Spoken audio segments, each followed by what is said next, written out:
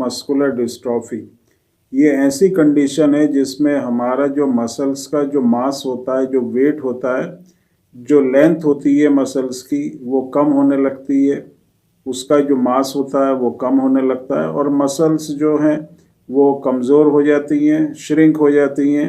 और ये जो प्रोसेस होता है ये प्रोग्रेसिव रहता है। प्रोग्रेसिव का मतलब टाइम के साथ साथ जो है इस तरह की कंडीशन बढ़ती ही चली जाती है। वैसे भी जो हमारा मांसपेशी होती हैं, जो मसल्स होती हैं, वो एज के साथ जो है डिजेनरेट होने लगती हैं, उसमें मसल का लॉस होने लगता है। ये एक एजिंग प्रोसेस होता है। जैसे जैसे हमारी उम्र बढ़ती है हमारी मसल्स कमज़ोर होती चली जाती हैं। आपने देखा होगा कि जो बुज़ुर्ग लोग होते हैं, एजेड पीपल होते हैं, उनकी मांसपेशी बहुत ज़्यादा कमज़ोर हो जाती हैं।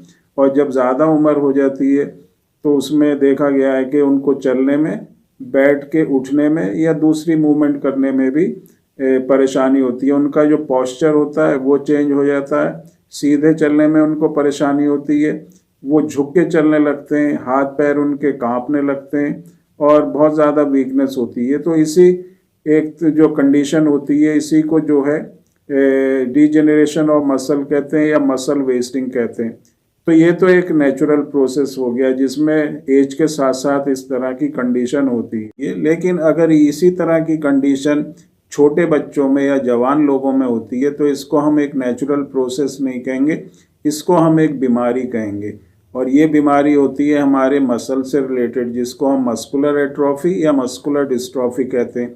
जैसे एक बुज़ुर्ग आदमी बहुत ज़्यादा वीक हो जाता है, कमज़ोर हो जाता है, उसकी मांसपेशी बहुत ज़्यादा वीक हो जाती है, उसी तरह से एक छोटा बच्चा या जवान आदमी, उसकी भी इसी तरह की स्टेज हो जाती है, इसी तरह की कंडीशन हो जाती है।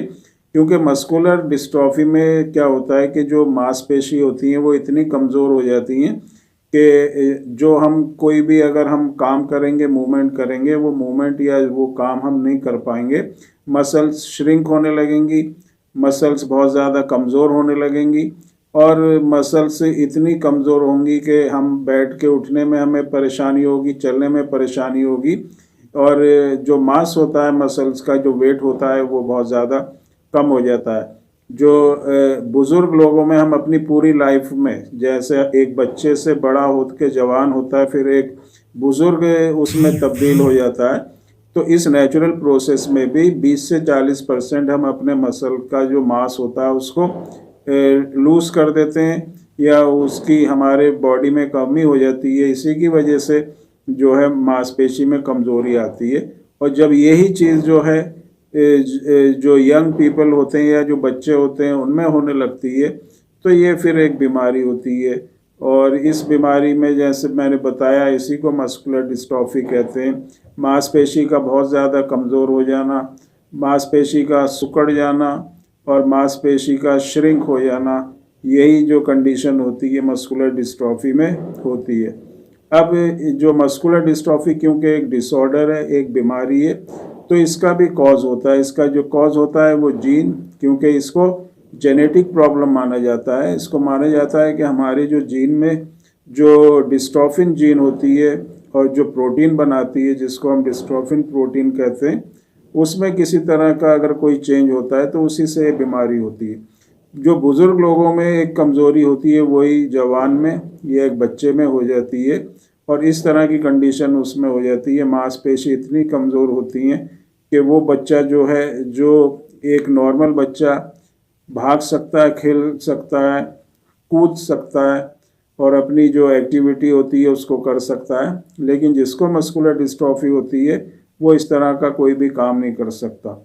जैसे बहुत ज़्यादा बुज़ुर्ग लोग होते हैं उनको सपोर्ट दे के उठाना पड़ता है या इधर से उधर ले जाना पड़ता है, उसी तरह से जिनको मस्कुलर डिस्ट्रॉफी होती है उनको भी सपोर्ट दे के उठाना पड़ता है। उनको इधर से किसी दूसरी जगह पर लेके जाना है तो सपोर्ट से ही वो चलते हैं। लेकिन जो दूसरी चीज़ होती है मस्कुलर डिस्ट्रॉफी में, और ख़ास तौर से जो डीएमडी होती है, ड्यूशेन मस्कुलर डिस्ट्रॉफी, उसमें ये जो वीकनेस होती है इतनी तेज़ी से बढ़ती है कि 10 से 11 साल का होते होते जो बच्चा है वो इतना वीक होता है कि वो अब सपोर्ट से भी नहीं चल पाता।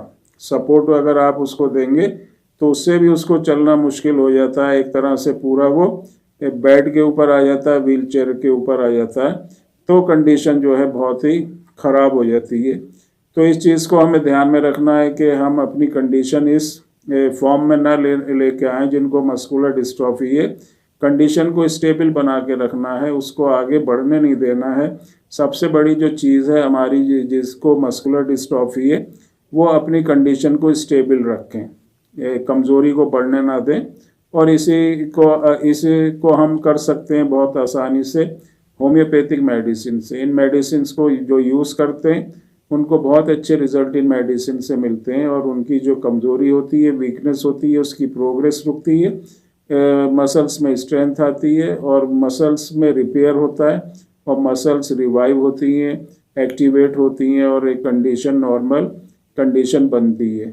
तो इस तरह की मेडिसिन जो है होम्योपैथिक मेडिसिन सिस्टम में अवेलेबल होती हैं।